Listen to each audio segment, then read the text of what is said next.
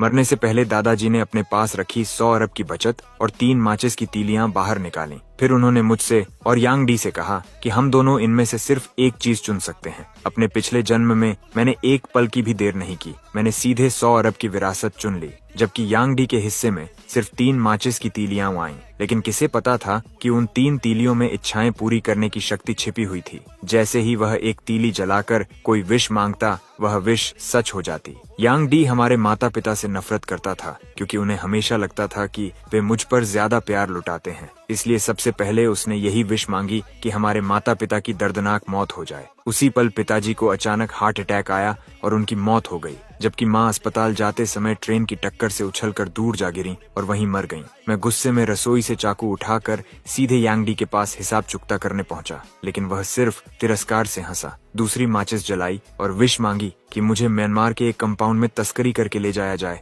जिंदा चीर दिया जाए और बेहद दर्दनाक मौत मिले। मैं डर से कांप उठा। मैंने अपनी सारी बचत निकाल दी, 1000 से भी ज्यादा बॉडीगार्ड्स रख लिए और अपनी सुरक्षा इतनी कड़ी कर दी कि किसी के लिए भी मेरे पास पहुंचना असंभव होना चाहिए था। लेकिन फिर एक रात अचानक सभी बॉडीगार्ड्स बिल्कुल एक ही समय पर बेहोश होकर गिर पड़े। आखिरकार मुझे फिर भी अगवा कर लिया गया, म्यांमार के उस कंपाउंड में घसीट कर ले जाया गया जहां मुझ पर कल्पना से भी ज्यादा भयानक अत्याचार किए गए और अंत में वहीं मेरी मौत हो गई। जब मैंने दोबारा आंखें खोली तो मैं उसी दिन वापस आ चुका था जिस दिन विरासत बांटी जा रही थी। दादाजी कांपते हाथों से 3 माचिस की तीलियां निकाल रहे थे और उनकी कमजोर आवाज गूंजी, ये 100 अरब की विरासत और ये 3 माचिस की तीलियां, तुम दोनों भाइयों में से हर कोई सिर्फ एक चीज चुन सकता है। बिन, तुम बड़े भाई हो, इसलिए पहले तुम चुनो। मेरे पूरे शरीर में एक झटका दौड़ गया। उसी पल मुझे एहसास हुआ कि मैं सचमुच दोबारा जन्म लेकर वापस आ गया हूँ। पिछले जन्म में अपने परिवार की दर्दनाक मौत याद आते ही मैंने तुरंत अपने माता पिता की ओर देखा।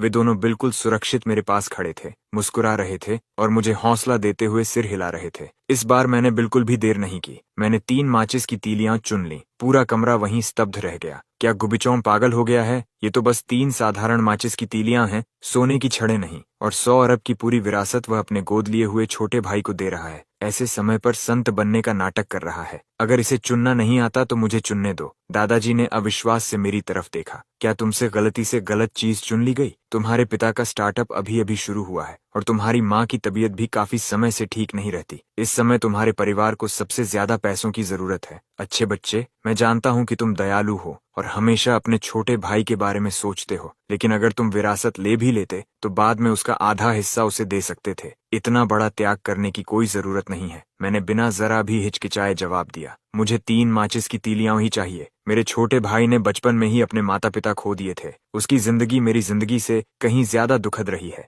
मुझे इस 100 अरब की विरासत का एक पैसा भी नहीं चाहिए। ये सब कुछ उसी को दे दीजिए। मेरा छोटा भाई खुशी से लगभग उछल पड़ा। उसने चेहरे पर घमंडी मुस्कान के साथ विरासत के कागजों पर तुरंत हस्ताक्षर कर दिए और फिर नकली एहसान जताते हुए बोला, धन्यवाद बड़े भाई, तुम सच में बहुत उदार हो। चिंता मत करना, जब तुम इतने गरीब हो जाओगे कि सड़क पर भीख मांगनी पड़ेगी, तब मैं तुम्हें 2 स्टीम्ड बन्स जरूर खरीद कर दूंगा। मैंने उसकी और बाकी लोगों की हंसी मजाक की बिल्कुल परवाह नहीं की, क्योंकि उन माचिस की तीलियों का असली रहस्य सिर्फ मैं जानता था। उसी रात मैंने अपने माता पिता को उनके कमरे में पूरी रात करवटें बदलते सुना। माँ कड़वाहट से बोली, आखिर बचान क्या सोच रहा था? हमने उसे 20 साल से भी ज्यादा समय तक पाला और बदले में हमें यही मिला, एक बेवकूफ बेटा। पिताजी ने गहरी सांस छोड़ते हुए कहा, कल क्रेडिटर आने वाले हैं। अगर हम उनका पैसा वापस नहीं कर पाए तो यह घर भी हमारे हाथ से चला जाएगा। दादाजी हमेशा परिवार में सख्त नियम लागू रखते थे। उनका मानना था कि हर वंशज को अपनी क्षमता के बल पर जिंदगी जीनी चाहिए।